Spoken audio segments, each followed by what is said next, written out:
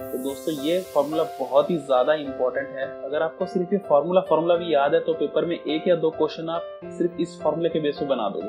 तो इस फॉर्मूले के बाहर मुश्किल में ही कुछ भी क्वेश्चन आएगा बैंडिंग से। ये फॉर्मूला जरूर ही लगता है।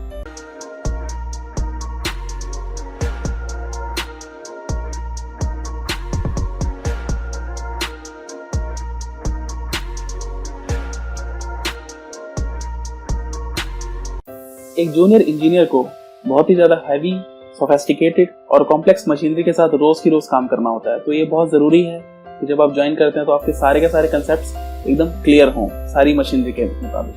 तो आज की वीडियो में हम पढ़ेंगे एक ऐसा ही कंसेप्ट जिसको हम कहते हैं स्ट्रेसेस इन बीम्स।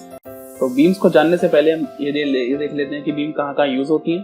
तो बीम आपने देखा होगा कि कंस्ट्रक्शन में बीम के बिना काम हो ही नहीं सकता है। किसी भी बिल्डिंग की कंस्ट्रक्शन में, चाहे वो बिल्डिंग हो, चाहे वो फ्लाईओवर हो, चाहे वो ब्रिज हो, चाहे वो मशीन ही क्यों ना हो, हर जगह बीम बहुत ही ज्यादा इंपॉर्टेंट होती है।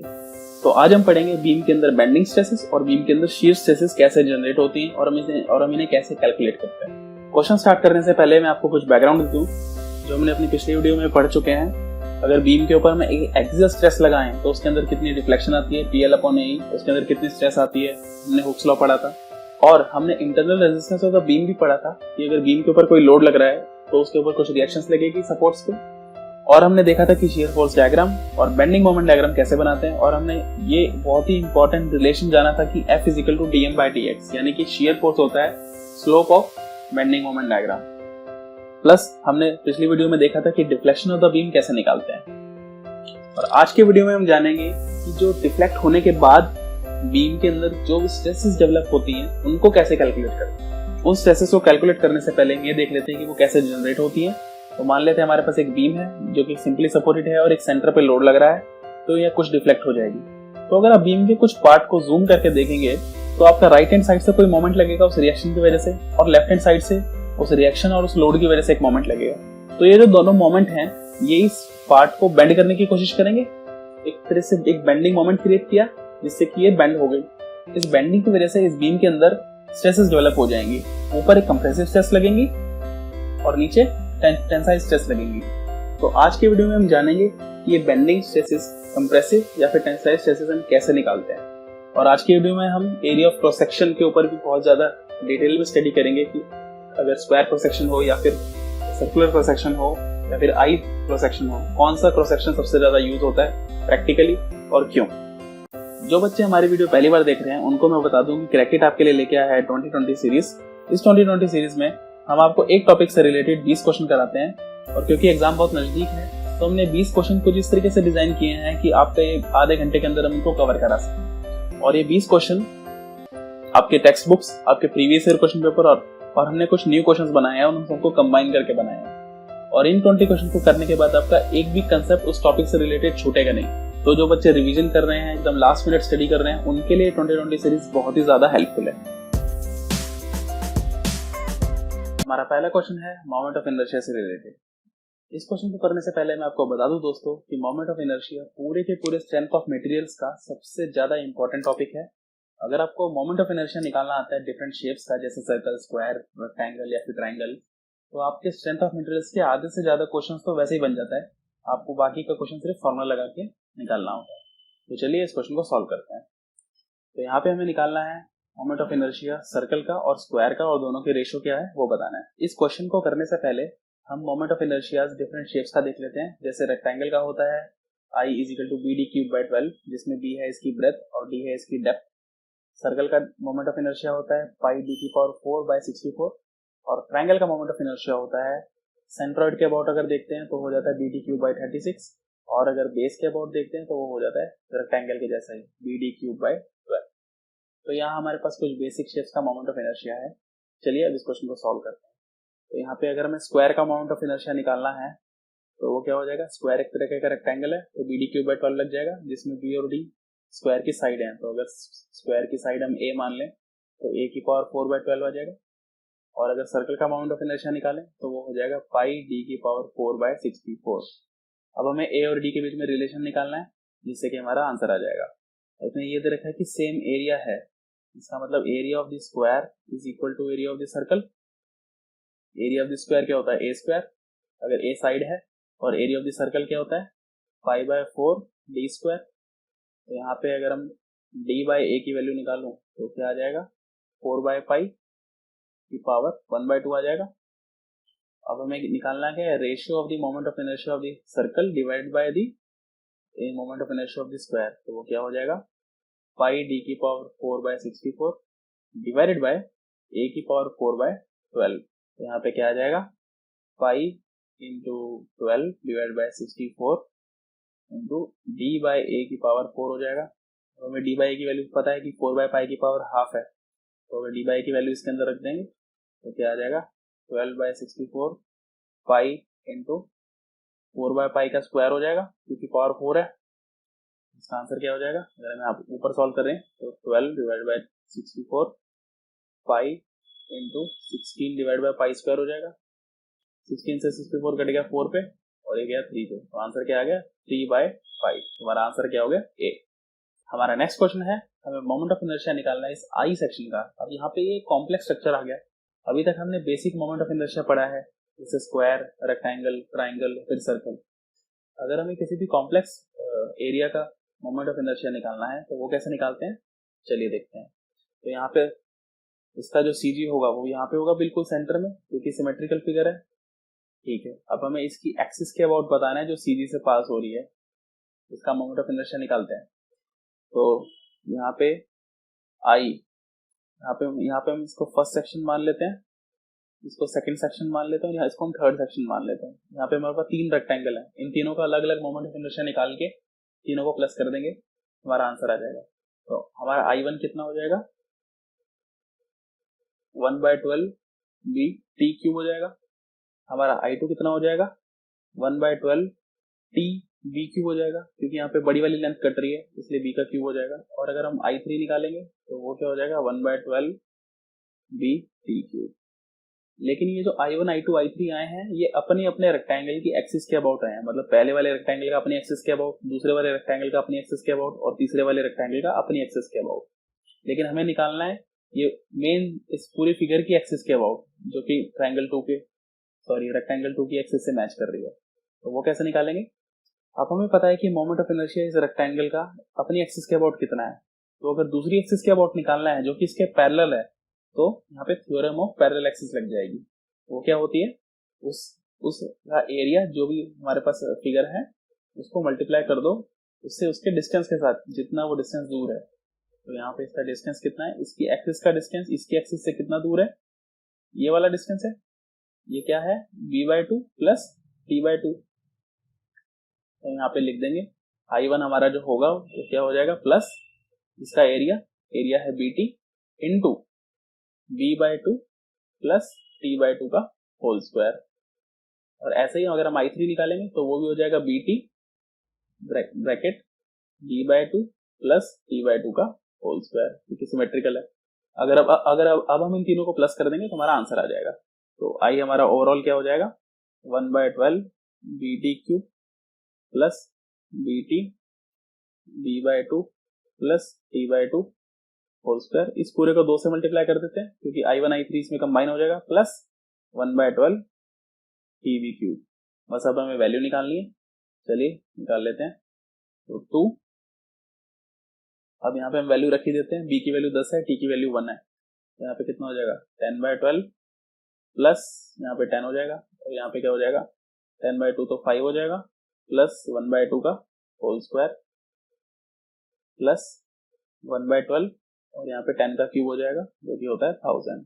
अगर आप इसे सॉल्व करेंगे तो आपका आंसर आ जाएगा 690 सेंटीमीटर की पावर 4। तो इसका आंसर हो गया ए। हमारा नेक्स्ट क्वेश्चन है strain in any layer is proportional to. तो यहाँ पे बेंडिंग की बात हो रही है और जब भी हम किसी बीम को बेंड करते हैं तो उसके अंदर जो स्ट्रेन प्रोड्यूस होती है वो किसके प्रोपोर्शनल होती है वो देखना है। तो चलिए यहाँ पे एक बीम कंसिडर कर लेते हैं। यहाँ पे EF इसकी एक्सिस है, सेंट्रोइडल एक्सिस। तो जब हम इसे बेंड करेंगे कुछ इस तरीके से हो जाएगा, EF जो होगा वो अब E', F' हो जाएगा और थोड़ा सा बेंड हो रहा है तो ऑब्वियसली एक आर्क बनेगी जो कि एक सेंटर पे एक एंगल सस्टेन करेगी जो है थीटा। ठीक है, तो अब आगे बढ़ते हैं। यहाँ पे हम एक लेयर मान लेते हैं GH ओरिजिनल बीम के अंदर, और जब बीम बेंड होगी तो वो G' और H' बन जाएगी। ठीक है। तो अब यहाँ पे हम मान लेते हैं कि ये यहाँ से y डिस्टेंस दूर है और इसकी थिकनेस है dy यहाँ पे। और यहाँ पे एक और खास बात, जो EF है ये बेंड होने के बाद भी अपनी लेंथ चेंज नहीं करता। कोई ना कोई ऐसी लेयर जरूर होती है किसी भी बीम में जो बेंडिंग के अंदर कि बेंडिंग के बाद भी उसकी लेंथ चेंज नहीं होती। जो EF की लेंथ पहले थी, मतलब EF is equal to E dash F dash, और उस लेयर को हम न्यूट्रल लेयर कहते हैं। तो यहाँ पे EF जो है वो न्यूट्रल लेयर होती है। अगर ये ऐसा क्यों होता है, न्यूट्रल लेयर किसी भी बीम के अंदर क्यों एग्जिस्ट करती है, उसका रीजन ये है कि आप देखिए, जब बीम बेंड करती है तो इसके नीचे वाली जितनी भी लेयर है वो खींचना शुरू कर देंगी और इसके ऊपर वाली जितनी भी लेयर है वो कंप्रेस होना शुरू कर देंगी। तो नीचे एक्सटेंशन हो रहा है और ऊपर कंप्रेशन हो रहा है, तो एक ना एक न्यूट्रल पॉइंट जरूर आएगा, इसलिए न्यूट्रल लेयर एग्जिस्ट करती है। ठीक है, चलिए अब इस क्वेश्चन को सॉल्व करते हैं। तो स्ट्रेन इन एनी लेयर क्या हो जाएगी, स्ट्रेन इन एनी लेयर वो हो जाएगी let's say G dash H dash final length थी उसकी ओरिजिनल लेंथ थी GH अपॉन ओरिजिनल लेंथ। ठीक है, तो यहाँ पे हो जाएगा G dash H dash minus, अब GH जो था वो तो EF के बराबर भी था क्योंकि ओरिजिनल में GH और EF बराबर थे, और EF जो है वो E डैश F डैश के भी बराबर है। तो यहाँ पे हम लिख सकते हैं E dash F dash divided by E dash F dash. ठीक है, अब बहुत इंपॉर्टेंट बात, जो G डैश H डैश है वो सेंटर से कितने डिस्टेंस दूर है। अगर मान लूं है कि E डैश F डैश का डिस्टेंस R दूर है और ये E डैश और D डैश ये Y है हमारे पास, तो O पॉइंट से G डैश कितना दूर है, R माइनस Y।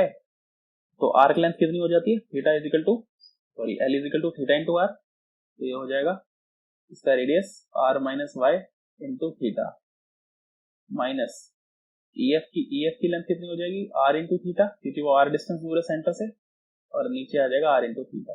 तो आप इसको सॉल्व करोगे तो आपको आ जाएगा माइनस का Y अपॉन R। तो strain in any layer is proportional to Y upon R। Minus में ये माइनस क्यों आया है, क्योंकि ऊपर वाली लेयर ली है और ऊपर कंप्रेस हो रहा है। ठीक है, तो यहाँ पे strain in any layer is proportional to Y, और ये Y क्या है, it is distance from neutral layer. ठीक है, तो इसका आंसर हो जाएगा A। हमारा नेक्स्ट क्वेश्चन है, if a beam of constant section is subjected throughout its length to a uniform bending moment it will bend to। अगर बीम को बेंड किया जाए एक कांस्टेंट बेंडिंग मोमेंट से तो वो कौन सी शेप लेगा, एक ट्रायंगुलर शेप, एक कैटेनरी, या फिर एक पैराबोलिक, या फिर एक सर्कुलर आर्क। तो चलिए इस क्वेश्चन को करने से पहले मैं आपको बता दूं, बहुत ही इंपॉर्टेंट फार्मूला पूरी की पूरी स्ट्रेंथ ऑफ मटेरियल के में जब भी बेंडिंग का नाम लिया जाएगा तो वो फार्मूला हमेशा आता है, और आपको अगर शायद मालूम भी होगा उस फार्मूले का नाम, उसको हम कहते हैं फ्लेक्चरल फार्मूला, और वो होता है M upon I is equal to E upon R is equal to sigma upon Y। तो दोस्तों ये फार्मूला बहुत ही ज्यादा इंपॉर्टेंट है। अगर आपको सिर्फ ये फार्मूला भी याद है तो पेपर में एक या दो क्वेश्चन आप सिर्फ इस फार्मूले के बेस पे बना दोगे, तो इस फार्मूले के बाहर मुश्किल में ही कुछ भी क्वेश्चन आएगा बेंडिंग से। ये फार्मूला जरूर जरूर जरूर ही लगता है। तो चलिए इस क्वेश्चन के अंदर ये फार्मूला लगा के इसको सॉल्व करते हैं। तो यहाँ पे हमें दे रखा है कि बेंडिंग मोमेंट जो है वो कांस्टेंट है। ठीक है, सही बात है। अब हमें बताना है कि वो कौन सी शेप में बेंड होगा। तो यहाँ पे इस पूरे की पूरी टर्म्स के अंदर M तो बेंडिंग मोमेंट है, E Young's modulus of elasticity है, सिग्मा स्ट्रेस है, I मोमेंट ऑफ इनर्शिया है, R यहाँ पे रेडियस ऑफ कर्वेचर है जो कि हमें किसी कर्व के बारे में जानकारी दे सकता है, और Y जो है वो डिस्टेंस फ्रॉम न्यूट्रल लेयर है। ठीक है, तो यहाँ पे हमें मोमेंट दिया हुआ है कांस्टेंट, तो हम शुरुआत के दो को ले लेते हैं, M upon I is equal to E upon R। तो यहाँ से R की वैल्यू कितनी आ जाएगी, E I अपॉन M। अब E तो किसी भी मेटेरियल की प्रॉपर्टी होती है तो ये तो कांस्टेंट है ही है, और I जो होता है वो किसी भी बीम की किसी भी एरिया ऑफ क्रॉस सेक्शन का एक कांस्टेंट ही होता है, कभी चेंज नहीं करता, तो ये भी कांस्टेंट है। और क्वेश्चन में हमें दिया हुआ है कि मोमेंट भी कांस्टेंट है, तो इसका मतलब जो R है वो कांस्टेंट है। तो जब भी रेडियस कांस्टेंट होता है तो ऐसा कौन सा कर्व होता है जिसके अंदर रेडियस कांस्टेंट होता है थ्रू आउट, एक सर्कल हमेशा R कांस्टेंट होता है, तो इसलिए इसका आंसर हो जाएगा D। हमारा नेक्स्ट क्वेश्चन है, for A simply supported beam of length L, एक सेंट्रल लोड लग रहा है W, एक सिंपली सपोर्टेड बीम दे रखी है हमको, यहाँ पे एक सिंपली सपोर्टेड बीम बना लेते हैं। यहाँ पे सेंट्रल लोड लग रहा है W। तो यहाँ पे हमें बताना है कि what is the maximum direct stress on the beam if the beam has a square of cross section area of A। तो बीम का क्रॉस सेक्शनल एरिया दे रखा है A, तो हमें बताना है कि कितनी मैक्सिमम डायरेक्ट स्ट्रेस लग सकती है। तो वही फॉर्मूला दोस्तों जो अभी मैंने आपको बताया था, M/I is equal to E/R is equal to सिग्मा/Y।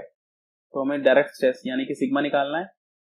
तो यहाँ पे हम कौन से दो का यूज करें, M/I इज इक्वल टू सिग्मा/Y का यूज करते हैं, क्योंकि हमें यहाँ पे यंग्स मॉडुलस की कोई भी बात नहीं की गई है। तो यहाँ पे हमें इस फॉर्मूले का यूज करना है, M/I इज इक्वल टू सिग्मा/Y। तो यहाँ से हमें सिग्मा क्या निकालना है, My/I। क्या हमें मोमेंट पता है? हमें देखिए मैक्सिमम डायरेक्ट स्ट्रेस निकालनी है, तो इस बीम में कहाँ पे मैक्सिमम बेंडिंग मोमेंट होगा, ये हमने अपनी पिछली वीडियो में निकाला था। अगर आपने पिछली वीडियो नहीं देखी है तो इस कार्ड में जाइए, आप पिछली वीडियो देख लीजिए। मैक्सिमम बेंडिंग मोमेंट इसका सेंटर पे होता है और उसकी वैल्यू कितनी होती है, WL/4। तो हमें W पता है, लेंथ पता है, तो हमें इसका मतलब मोमेंट पता है। Y की बात अभी बाद में करते हैं। मोमेंट ऑफ इनर्शिया क्या हम निकाल सकते हैं, हमें पता है स्क्वायर क्रॉस सेक्शन है, तो हम मोमेंट ऑफ इनर्शिया भी निकाल सकते हैं इस बीम का। ठीक है, तो चलिए सॉल्व करते हैं। तो मोमेंट हो जाएगा WL/4 और इसका जो क्रॉस सेक्शनल एरिया है, स्क्वायर क्रॉस सेक्शन है, तो मोमेंट ऑफ इनर्शिया कितना हो गया, A⁴/12। अब यहाँ पे Y की बात करिए, Y क्या होता है, डिस्टेंस फ्रॉम न्यूट्रल लेयर। तो अगर हम इस बीम को बनाएं इस तरीके से, जब ये बेंड होगी तो इसका न्यूट्रल एक्सिस यहाँ पे है सेंटर में। अगर इसका स्क्वायर क्रॉस सेक्शन है तो इसकी थिकनेस जो है वो A है। तो न्यूट्रल एक्सिस से कितना दूर जाए कि हमें मैक्सिमम बेंडिंग मोमेंट मिले, ऑफ कोर्स इसकी टॉप पे जाना पड़ेगा, और न्यूट्रल एक्सिस से इसका टॉप कितना दूर है, A/2 डिस्टेंस दूर है। तो Y की वैल्यू कितनी हो जाएगी, A/2। चलिए एक बार मैं फिर से बता देता हूँ दोबारा से बना के। मान लेते हैं हमारे पास ये बीम है, इसकी न्यूट्रल एक्सिस यहाँ पे है और इसकी ये साइड A है। तो न्यूट्रल एक्सिस से कितना दूर जाएं कि हमें मैक्सिमम बेंडिंग मोमेंट मिले। तो न्यूट्रल एक्सिस से मैक्सिमम कितना दूर जा सकते हैं हम, A/2 डिस्टेंस दूर जा सकते हैं। तो इसलिए Y की वैल्यू हो जाएगी A/2। तो ये हमारे डायरेक्ट स्ट्रेस आ जाएगी। तो अगर हम इसको सॉल्व करेंगे तो कितना आंसर आ जाएगा हमारा, WL/4 इंटू 2A इंटू 12 ऊपर चला जाएगा, A⁴ नीचे ही रहेगा। तो अगर इसको हम काट देंगे 6 से कट जाएगा, ये 3 पे आ गया, 2 पे आ गया, तो इसका आंसर आ जाएगा 3/2 WL/A³। तो यहाँ पे हमारा सिग्मा का आंसर आ गया D। तो देखा दोस्तों आपने कि किस तरीके से एक सिंगल फॉर्मूला हमारे सारे क्वेश्चन बनाया जा रहा है। तो अगर आप ये एक सिंगल ये फॉर्मूला भी याद रख लेंगे तो आपके पेपर में 2 या 3 क्वेश्चन बेंडिंग से रिलेटेड जरूर बन जाएंगे। चलिए अगले क्वेश्चन पे चलते हैं। हमारा नेक्स्ट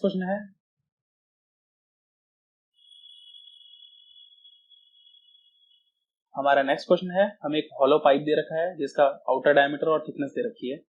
सिंपली सपोर्टेड है, फिर से स्पैन दे रखा है 2 मीटर। व्हाट इज कितना मैक्सिमम लोड लगाए उसके सेंटर पे जिससे कि परमिसिबल बेंडिंग स्ट्रेस मिले हमको। चलिए सबसे पहले इसका डायग्राम बना लेते हैं। यहाँ पे एक सेंटर पे लोड लग रहा है W, हमें इसकी वैल्यू बतानी है कितना होगी मैक्सिमम बेंडिंग स्ट्रेस, जिसको हम डायरेक्ट स्ट्रेस भी बोलते हैं, वो हो जाए 800 न्यूटन पर मिलीमीटर स्क्वायर। और इसका जो क्रॉस सेक्शन है वो कुछ इस तरीके से है, हॉलो पाइप है जिसका हमें टोटल डायमीटर दे रखा है 80 मिलीमीटर। तो इसका इनर डायमीटर कितना हो जाएगा, कैपिटल D में से 2t माइनस कर देंगे, D माइनस 2t, तो कितना हो जाएगा 80 माइनस 32, जो कि आ जाएगा 48। तो हमारा स्मॉल d की वैल्यू आ गई 48 मिलीमीटर। तो सबसे पहले इसका इनर्शिया निकाल लेते हैं।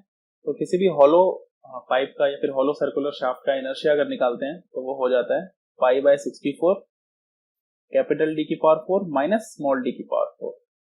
यहाँ पे हमारे पास π/64 कैपिटल D है 80, तो 80 की पावर 4 हो जाएगा, माइनस स्मॉल d है 48 की पावर 4 हो जाएगा।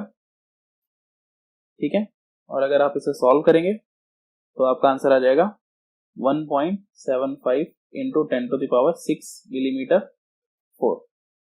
यहाँ पे हमारा मोमेंट ऑफ इनर्शिया आ गया। ठीक है, लेकिन हमें तो मैक्सिमम लोड निकालना है, कितना लगाना है, तो फिर से हम वही फॉर्मूला लगाएंगे, M/I इज इक्वल टू सिग्मा/Y। तो यहाँ पे सबसे पहले मोमेंट निकाल लेते हैं, वो कितना आ जाएगा, सिग्मा I/Y सिग्मा कितना लग रहा है 800 इंटू आई की वैल्यू भी हमने निकाल ली, और हमें y, फिर से यहाँ पे y देखना है, तो यहाँ पे न्यूट्रल एक्सिस बिल्कुल इसके सेंटर से पास होगी, तो हम मैक्सिमम कितना ऊपर जा सकते हैं, कितना डिस्टेंस तक जा सकते हैं, d/2, वो हो जाएगा कैपिटल D है हमारा 80 डिवाइड बाय 2 हो जाएगा। और अगर आप इसको सॉल्व करेंगे तो आपका आंसर आ जाएगा 3.5 इंटू 10⁻7 मिलीमीटर न्यूटन मिलीमीटर। तो यहाँ हमें बेंडिंग मोमेंट मिल गया, और हमें पता है कि मैक्सिमम बेंडिंग मोमेंट किसी भी सिंपली सपोर्टेड बीम में जिसके सेंटर पे लोड लग रहा हो तो वो कितना होता है WL/4। अभी हमने पिछले क्वेश्चन में देखा था, तो M = WL/4 है, तो अगर यहाँ से W की वैल्यू निकालेंगे तो वो कितनी हो जाएगी 4M/L। तो यहाँ पे 4 into 3.5 into 10⁻7 divided by L यहाँ पे मैं 2 मीटर दे रखा है, तो मिलीमीटर में कन्वर्ट कर लेंगे क्योंकि हम सब कुछ मिलीमीटर में कर रहे हैं। तो अगर आप इसको सॉल्व करेंगे तो आपका आंसर आ जाएगा 7 इंटू 10⁻4 न्यूटन, जिसको हम 770 किलो न्यूटन भी कहते हैं। तो इसका आंसर हो गया सी। हमारा नेक्स्ट क्वेश्चन है the direct stress on the neutral axis is. हमें पता है कि सिग्मा का फॉर्मूला क्या होता है My/I। अभी हमने पिछले क्वेश्चन में देखा था, जिसमें y क्या होता है distance from the neutral axis. तो अगर न्यूट्रल एक्सिस की ही बात करें तो y 0 हो जाएगा न्यूट्रल एक्सिस के ऊपर, तो इसका आंसर क्या आ जाएगा 0। तो न्यूट्रल एक्सिस पर डायरेक्ट स्ट्रेस 0 होती है, तो इसका आंसर हो जाएगा बी। लेकिन इस क्वेश्चन को हम एक और तरीके से देख सकते हैं। अभी हमने देखा था कि अगर बीम बेंड होती है तो न्यूट्रल एक्सिस के ऊपर ऊपर वाली जितनी भी लेयर है वो कंप्रेस हो जाती हैं, और नीचे वाली लेयर टेंशन में आ जाती है, मतलब वो खिंच जाती हैं। ऊपर वाली जो लेयर्स हैं वो दब रही हैं और नीचे वाली लेयर खिंच रही हैं, तो बीच में एक ऐसी लेयर आएगी जिसपे कुछ भी नहीं हो रहा है, इसका मतलब जिसपे कोई भी स्ट्रेस नहीं लग रही है, उसी को तो हम न्यूट्रल एक्सिस कहते हैं, राइट। तो फिजिकली भी अगर देखें तो इसका आंसर हो जाएगा 0। हमारा नेक्स्ट क्वेश्चन है, हमें यहाँ पे 4 फिगर दे रखी है, हमें बताना है कि करेक्ट नॉर्मल स्ट्रेस डिस्ट्रीब्यूशन क्या होगा अक्रॉस द क्रॉस सेक्शन। तो ऑब्वियसली अभी हमने देखा है कि न्यूट्रल एक्सिस से ऊपर या नीचे जो है अपोजिट होता है। अगर ऊपर कंप्रेस हो रहा है तो नीचे टेंशन है, नीचे कंप्रेस हो रहा है तो ऊपर टेंशन है, देखा राइट। बिकॉज अगर कुछ इस तरीके से कंप्रेशन होगा, अगर मोमेंट इस तरीके से लग रहा है तो ऊपर वाली लेयर कंप्रेस हो जाएंगी और नीचे वाली लेयर खिंच जाएंगी। लेकिन अगर बेंडिंग कुछ इस तरीके से हो रही है तो ऊपर वाली लेयर खिंच जाएंगी और नीचे वाली लेयर कंप्रेस हो जाएंगी, राइट। तो कुछ अपोजिट होना चाहिए। तो पहला वाला तो बिल्कुल गलत है। दूसरा वाला हाँ, ऊपर वाली लेयर हो रही है कंप्रेस और नीचे वाली लेयर टेंशन में आ रही है, तो यस ये आंसर हो सकता है। सी गलत है क्योंकि दोनों टेंशन है, और डी बिल्कुल ही गलत है कि न्यूट्रल एक्सिस पे तो 0 होता है और यहाँ पे न्यूट्रल एक्सिस के ऊपर ही कुछ ना कुछ वैल्यू दे रखी है, तो इसका आंसर है बी। हमारा नेक्स्ट क्वेश्चन है सेक्शन मॉडुलस। तो सेक्शन मॉडुलस क्या होता है दोस्तों, वो देख लेते हैं। फिर से हम फ्लेक्चर फॉर्मूला लिखेंगे, वो क्या था M/I = E/R = σ/y। तो अगर कभी भी आपको डायरेक्ट स्ट्रेस निकालनी होती है तो हम क्या करते हैं, My/I करते हैं, यहाँ पे M/I/Y लिख सकते हैं, और यहाँ पे I और Y दोनों के दोनों ज्योमेट्रिकल प्रॉपर्टी है किसी भी क्रॉस सेक्शन की, राइट। और इन दोनों ज्योमेट्रिकल प्रॉपर्टीज की रेशो को हम Z बोलते हैं सेक्शन मॉडुलस I/Y, ठीक है। तो अगर हमारे पास एक रेक्टेंगुलर क्रॉस सेक्शन है तो उसका I कितना होता है 1/12 BD3, और यहाँ पे y क्या रखेंगे, y तो कुछ भी हो सकता है, राइट, बिकॉज न्यूट्रल एक्सिस से कितना ऊपर जा रहे हैं वो होता है y। लेकिन हम मैक्सिमम कितना ऊपर जा सकते हैं वो हमें यहाँ पे रखना है, वही हम हमेशा सेक्शन मॉडुलस के अंदर रखते हैं। तो अगर इसकी थिकनेस हमारे पास t दे रखी है तो हम कितना ऊपर जा सकते हैं t/2, तो ये y हो जाएगा हमारा t/2। z की वैल्यू कितनी आ जाएगी b, यहाँ पे d की जगह एक्चुअली t रखना चाहिए था, तो इसको BT³ लिख लेते हैं, तो t से t कट जाएगा, BT² हो जाएगा अपॉन 6। तो इसका आंसर कितना हो गया सी। हमारा नेक्स्ट क्वेश्चन है, हमें सर्कुलर सेक्शन का सेक्शन मॉडुलस बताना है। तो सर्कुलर सेक्शन का सबसे पहले I निकाल लेते हैं, वो क्या होता है π/64 D⁴। आपको डायरेक्ट याद रखना है, कुछ बेसिक्स फिगर का आपको मोमेंट ऑफ इनर्शिया याद होना चाहिए, जिससे कि आपका पेपर में क्वेश्चन आसानी से बन जाए। और यहाँ पे अगर आप न्यूट्रल एक्सिस से कितना ऊपर जाएंगे कैपिटल D/2, तो इसका सेक्शन मॉडुलस कितना आ जाएगा I/Y। तो I की वैल्यू रख देते हैं π/64 D⁴ divided by D/2, D से D कट जाएगा तो हो जाएगा π/32 D⁻3। इसका आंसर हो गया सी। हमारा नेक्स्ट क्वेश्चन है strength of the beam is mainly dependent upon centre of gravity, its weight, section modulus या फिर बेंडिंग मोमेंट। तो अभी अभी हमने फॉर्मूला पढ़ा है, सिग्मा क्या होता है किसी भी बीम के लिए अगर वो बेंडिंग में है, एम वाई अपॉन आई। तो किसी भी मोमेंट के लिए कितना डायरेक्ट स्ट्रेस जनरेट होगा उस बीम के अंदर, ये हमें पता चल जाएगा इस फॉर्मूले के मुताबिक। हाँ सही बात है। तो अगर किसी मोमेंट के लिए उस बीम के अंदर ज्यादा डायरेक्ट स्ट्रेस, ज्यादा सिग्मा जनरेट हो जाए तो वो जल्दी टूट जाएगी क्योंकि ज्यादा स्ट्रेस आ रही है उसके अंदर, राइट। तो जिस बीम के अंदर ज्यादा स्ट्रेस आ रही है उसकी स्ट्रेंथ कम हो जाएगी, और जिस बीम के अंदर थोड़ी कम स्ट्रेस आ रही है वो ज्यादा लोड ले सकती है, राइट। तो इसलिए जिसके अंदर डायरेक्ट स्ट्रेस कम जनरेट होगी पर्टिकुलर मोमेंट के लिए वो बीम ज्यादा स्ट्रांग है। तो इसलिए ये किसके ऊपर डिपेंड कर रही है, अगर हम इसको लिखें M upon I by Y, तो मोमेंट के ऊपर तो हमारा कोई जोर नहीं है, मोमेंट तो कितना भी अप्लाई हो सकता है, लेकिन आई अपॉन वाई जो रेशियो है, इस रेशियो के ऊपर ये पूरी की पूरी स्ट्रेंथ जो है वो डिपेंड कर रही है। तो जितनी ज्यादा ये सेक्शन मॉडुलस कम होगा उतनी ज्यादा बीम स्ट्रेंथ होगी, तो इसलिए इसका आंसर हो जाएगा सी। हमारा नेक्स्ट क्वेश्चन है, हमें दो बीम दे रखी है, एक स्क्वायर क्रॉस सेक्शन है, एक सर्कुलर क्रॉस सेक्शन है, दोनों का सेम एरिया है। हमें बताने की कौन सी बीम ज्यादा इकोनॉमिकल है। चलिए देखते हैं। एक सर्कुलर क्रॉस सेक्शन है, एक स्क्वायर क्रॉस सेक्शन है, दोनों का सेम एरिया है, मतलब pi by 4 D square is equal to A square लिख लें, इसका डायमीटर डी है, इसकी साइड ए है, तो यहाँ से डी बाय ए की वैल्यू कितनी आ जाएगी 4 अपॉन पाई अंडर रूट। ये हमारे पास एक रिलेशन आ गया जिसका यूज हम बाद में करेंगे। अब हमें पता है कि सिग्मा का फॉर्मूला क्या होता है, एम बाय अपॉन आई। तो अगर हम सिग्मा स्क्वायर के अंदर कितनी जनरेट होगी डिवाइडेड बाय सिग्मा सर्कुलर के अंदर कितनी जनरेट होगी, वो कितना हो जाएगा, वो दोनों के अंदर का मोमेंट सेम है, तो एम वाई स्क्वायर के लिए डिवाइडेड बाय आई स्क्वायर, यहाँ पे एम कांस्टेंट है, वाई सर्कुलर के लिए डिवाइडेड बाय आई सर्कल के लिए, तो कितना हो जाएगा, एम से तो एम कट जाएगा, तो वाई एस क्या है ए बाय 2 है। चलिए हम सेक्शन मॉडुलस की टर्म में ही बात कर लेते हैं, तो ये हो जाएगा 1 upon Z S divided by 1 upon Z C, तो section modulus of circle divided by section modulus of square. तो सेक्शन मॉडुलस ऑफ सर्कल क्या हो जाएगा, अभी हमने निकाला था पाई बाय 32 डी की पावर 3, और सेक्शन मॉडुलस ऑफ स्क्वायर निकालना है तो वो क्या हो जाएगा 1 बाय 12 ए की पावर 4 होता है डिवाइडेड बाय ए बाय 2 हो जाएगा y की वैल्यू, तो ये क्या आ जाएगा a क्यूब बाय 6, तो यहाँ पे रख दें a क्यूब बाय 6, तो क्या हो जाएगा 3 के टेबल से 2 पे, 2 के टेबल से 3 पे गया, 2 के टेबल से 16 पे गया, तो आ जाएगा 3 by 16 pi d by a की पावर 3। अब हमारे पास d बाय a की वैल्यू दे रखी है, तो d बाय a की value under root 4 by pi, तो 4 बाय पाई की पावर 3 बाय 2 आ जाएगा। तो हमारे पास sigma S divide by sigma C की वैल्यू कुछ ना कुछ आ जाएगी। अब ये जो है वैल्यू ये लेस देन 1 आएगी, अगर आप इसे सॉल्व करोगे तो ये वैल्यू आपके पास लेस देन 1 आ जाएगी। तो इसका मतलब सिग्मा जो जितनी स्क्वायर के अंदर स्ट्रेस जनरेट होगी वो कम है जितनी सर्कल के अंदर स्क्वायर स्ट्रेस जनरेट होगी for the same bending moment. इसका मतलब अगर सेम बेंडिंग मोमेंट अप्लाई करा जाए दोनों में, दोनों बीम के अंदर जिनके अंदर सेम बेंडिंग मोमेंट अप्लाई हो रहा है, तो स्ट्रेस जो है वो स्क्वायर के अंदर कम जनरेट होगी। इसका मतलब जो स्क्वायर वाली बीम है वो ज्यादा दिनों तक चलेगी क्योंकि उस पर कम लोड लग रहा है, तो इसलिए square cross section is more economical. तो इसका आंसर हो गया डी। हमारा नेक्स्ट क्वेश्चन है the preferred cross section of the beam to transfer loading is I section. बिल्कुल सही बात है, सबसे ज्यादा प्रैक्टिकली यूज किया जाता है आई सेक्शन बीम। क्यों? क्योंकि इसका सेक्शन मॉडुलस सबसे ज्यादा होता है जिसकी वजह से इसमें स्ट्रेस कम जनरेट होती है। इसका फॉर्मूला क्या होता है, sigma is equal to M Y upon I, तो एम अपॉन जेड लिख सकते हैं सेक्शन मॉडुलस की टर्म में।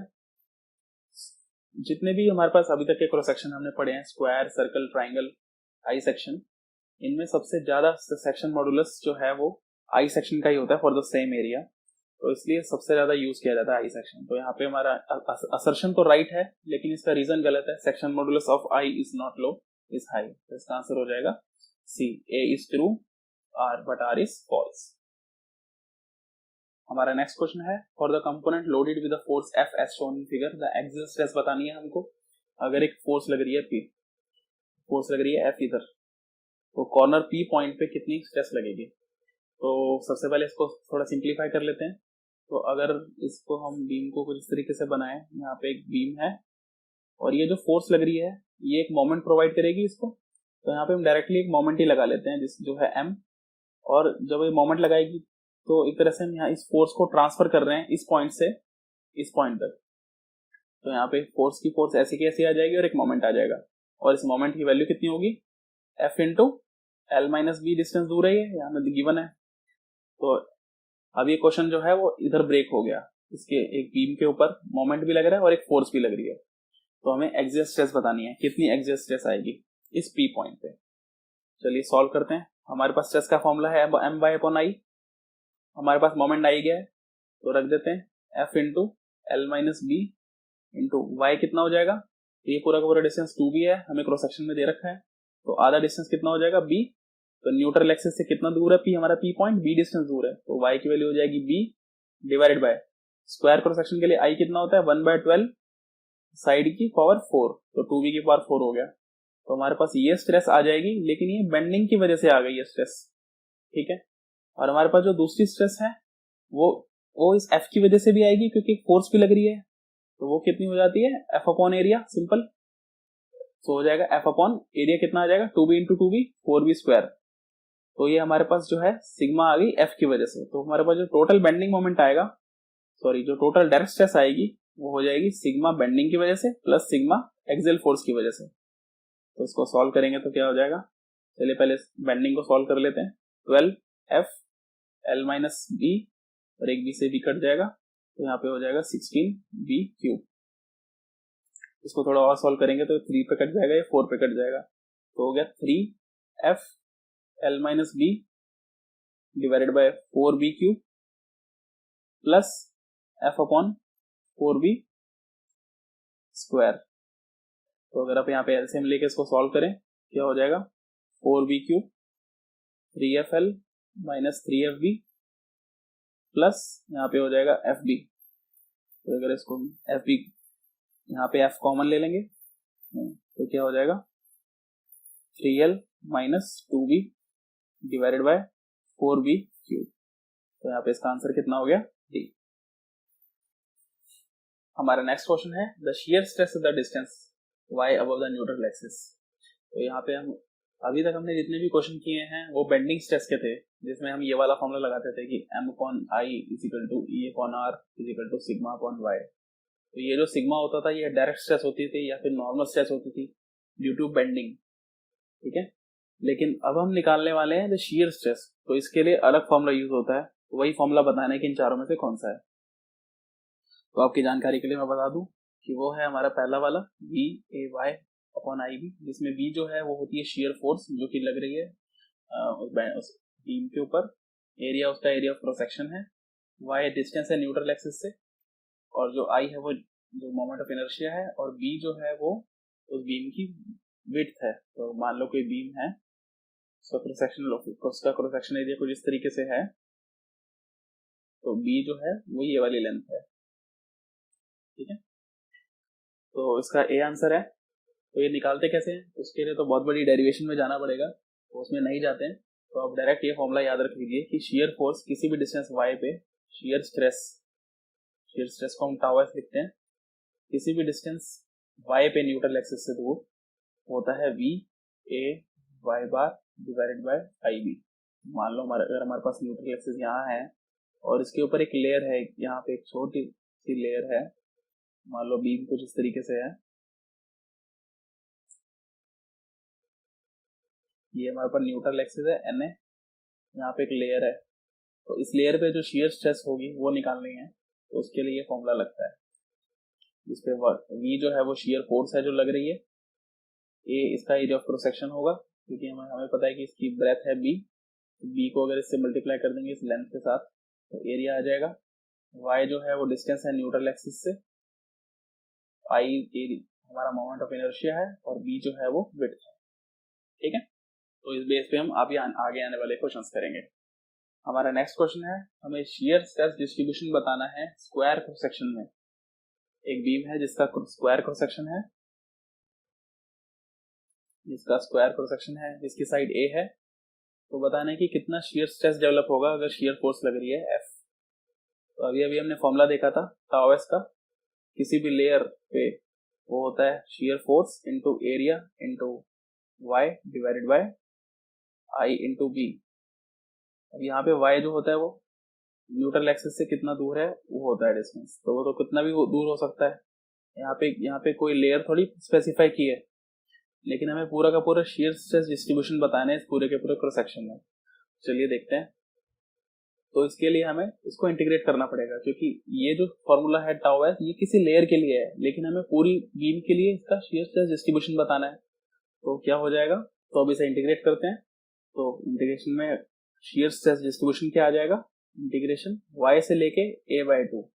अब यहाँ हम y से क्यों ले रहे हैं, क्योंकि यहाँ पे हमें शियर स्ट्रेस डिस्ट्रीब्यूशन निकालना है। अगर हमें मैक्सिमम शियर स्ट्रेस निकालनी होती तो हम 0 से लेके a/2 कर देते। तो यहाँ पे क्या हो जाएगा, f इंटू एरिया कितना है b इंटू dy, क्योंकि यहाँ पे जो लेयर है उसकी जो थिकनेस है वो dy मान ली हमने, तो dy इंटू b जो है वो एरिया ऑफ क्रॉस सेक्शन हो जाएगा, into y upon I B से b कट जाएगा, f अपॉन आई कॉमन आ जाएगा, इंटीग्रेशन y से लेके a/2 y dy आ जाएगा यहाँ पे। और जब इसे इंटीग्रेट करेंगे तो आंसर आ जाएगा y²/2 y से लेके a/2 तक। अब यहाँ पे हम i की वैल्यू भी डाल देते हैं, स्क्वायर क्रॉस सेक्शन है तो a की पावर 4/12 हो जाएगा, तो यहाँ आ जाएगा बाहर और अंदर बच जाएगा y²। y से लेके a/2 तक जा रहे हैं तो क्या हो जाएगा, 6 हो जाएगा, 6f अपॉन a की पावर 4, और यहाँ पे कितना हो जाएगा a²/4 माइनस y²। ठीक है, अब यहाँ पे हम a² ऊपर से कॉमन ले लेंगे तो 6f अपॉन a² हो जाएगा नीचे, और यहाँ पे बन जाएगा 1/4 माइनस y/a की होल स्क्वायर। तो आपका यहाँ पे आंसर कितना हो जाएगा, 6f अपॉन a² किसमें है, b और c में है, और 1/4 b के अंदर है, तो इसका आंसर हो जाएगा b। तो यहाँ पे आपने देखा कि शियर स्ट्रेस डिस्ट्रीब्यूशन किसी भी वाई डिस्टेंस पे हम निकाल सकते हैं बीम का। तो अगर हमें बोला जाएगा इस बीम के लिए न्यूट्रल एक्सिस के ऊपर निकालो, तो y की वैल्यू 0 रख देंगे, क्योंकि न्यूट्रल एक्सिस पे y 0 होता है, तो जो है वो शियर स्ट्रेस आ जाएगा। और अगर हमें टॉप लेयर पे निकालना है तो y की वैल्यू a/2 रख देंगे, तो यहाँ पे शियर स्ट्रेस आता टॉप आ जाएगा। तो हम यहाँ पे किसी भी पॉइंट पे शियर स्ट्रेस निकाल सकते हैं। हमारा नेक्स्ट क्वेश्चन है shear stress variation in a beam is. अभी हमने देखा था कि हमारा जो शियर स्ट्रेस आया था स्क्वायर क्रॉस सेक्शन के लिए वो था 6f upon a square 1/4 minus y² by a, y/a का होल स्क्वायर।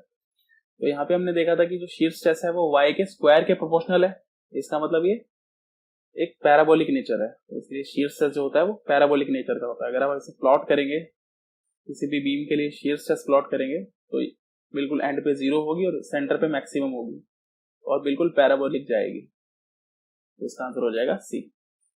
हमारा नेक्स्ट क्वेश्चन है in a beam at a section carrying a shear force F the shear stress is maximum at. अभी हमने देखा कि शियर स्ट्रेस हमेशा maximum होती है न्यूट्रल सरफेस पे, क्योंकि न्यूट्रल सरफेस पे y की वैल्यू 0 होती है, तो इसका आंसर हो जाएगा सी।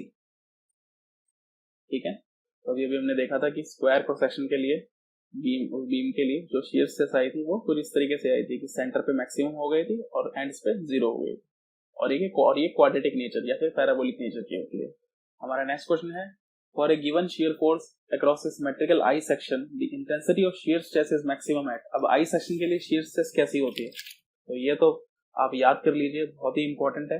यहाँ पे अगर मैं एक आई सेक्शन बनाऊं जो कि सिमेट्रिकल है,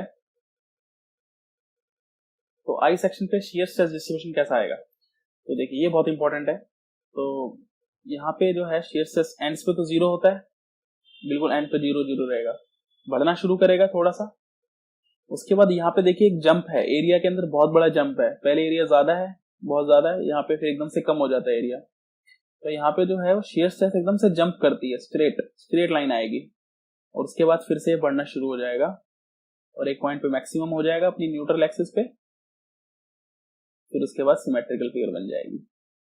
यहाँ पे फिर जंप है, उसके बाद फिर से बढ़ना शुरू हो जाता है ऐसे। तो यहाँ पे इस तरीके का यहाँ पे शियर स्ट्रेस डिस्ट्रीब्यूशन बनता है किसी भी आई सेक्शन के लिए। तो यहाँ पे हम देख सकते हैं, हमें ये बताना है कि शियर स्ट्रेस कहाँ पे मैक्सिमम होता है, तो हमेशा ये सेंटर पे मैक्सिमम है, इसका सेंट्रॉइड और न्यूट्रल एक्सिस जो है वो कोइंसाइड कर रहे हैं, तो यहाँ पे हम कह सकते हैं कि इसका आंसर हो जाएगा D, centroid of the section, shear stress centroid of the section पे मैक्सिमम होगी।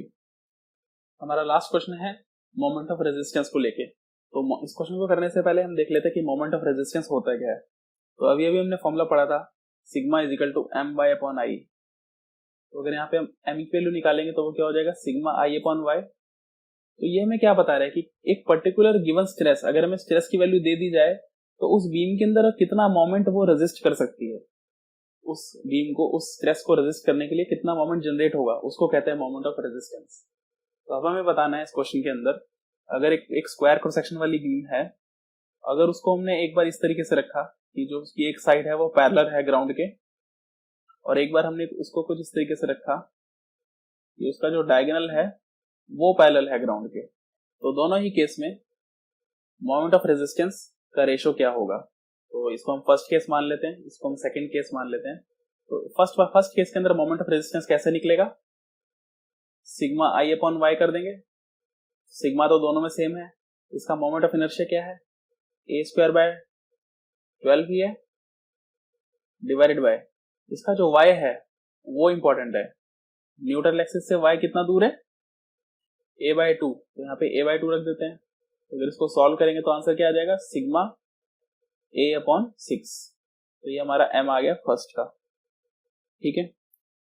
अब हम निकालते हैं इसका सेकंड m2, वो क्या हो जाएगा सिग्मा i अपॉन y। तो यहाँ पे m2 is equal to sigma तो सेम है, अब i निकालना है। जो i है स्क्वायर का, उसके डायगोनल के अबाउट कितना होता है, वही होता है a स्क्वायर बाय 12 ही आता है, डिवाइडेड बाय y इसके अंदर क्या होगा वो इंपॉर्टेंट है। अगर डायगोनल की लेंथ कितनी होती है किसी भी स्क्वायर में, a इंटू रूट 2, तो हाफ ऑफ डायगोनल कितना हो जाएगा, जो कि न्यूट्रल एक्सिस से ऊपर जा रहा है, हाफ ऑफ डायगोनल है a रूट 2 बाय 2 हो जाएगा। तो यहाँ पे लिख देते हैं a रूट 2 बाय 2। ये तो इसका आंसर कितना आ जाएगा, a से a कट जाएगा, इससे a कट गया 6 पे, तो इसका आंसर हो जाएगा sigma a by 6 root 2 m2 की वैल्यू। और हमें निकालना है m1 डिवाइड बाय m2, तो कितना आ जाएगा sigma a by 6, sigma a by 6 cut जाएगा, तो इसका आंसर आ जाएगा 1 डिवाइड बाय रूट 2 हो जाएगा रूट 2। तो इसका आंसर हो जाएगा B। तो इसी के साथ हमारी आज की वीडियो खत्म होती है। अगर आपको कोई भी डाउट है तो आप कमेंट कीजिए या फिर हमें लिखिए crackit.mohit@gmail.com पे। और अगर आपको ये वीडियो अच्छी लगी तो कृपया लाइक कीजिए, शेयर कीजिए अपने दोस्तों के साथ जिनको बहुत ही ज़्यादा ज़रूरत है, जिनका लास्ट अटेम्प्ट है और अभी एग्ज़ाम भी नज़दीक आने वाला है, तो उनके साथ शेयर कीजिए और चैनल सब्सक्राइब कीजिए ताकि हमारी वीडियो आप तक जल्दी से जल्दी पहुँच जाए।